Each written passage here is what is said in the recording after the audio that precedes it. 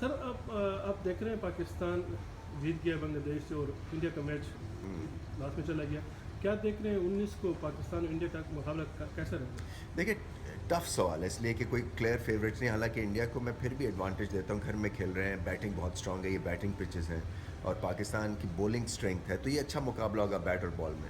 मैं सिर्फ यही उम्मीद कर रहा हूँ कि पाकिस्तान की जो इनकी जो फड़क है या इन्होंने जो अचीव किया बांग्लादेश की विन से, वो ट्रांसलेट कर सके इंडिया के ख़िलाफ़। मुश्किल मैच है मगर टेम्परमेंट जो काबू में रखेगा, जो नर्व्स को काबू में रखेगा, जो अपनी क्रिकेट पे ध्यान देगा और बाकी चीज़ें नहीं सोचेगा, वही जीतेगा।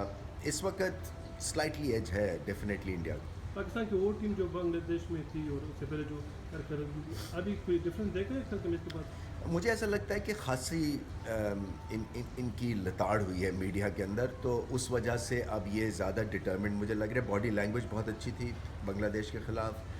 आई थिंक एक पॉजिटिव एटीट्यूड देखने में मिला था बैटिंग के हिसाब से।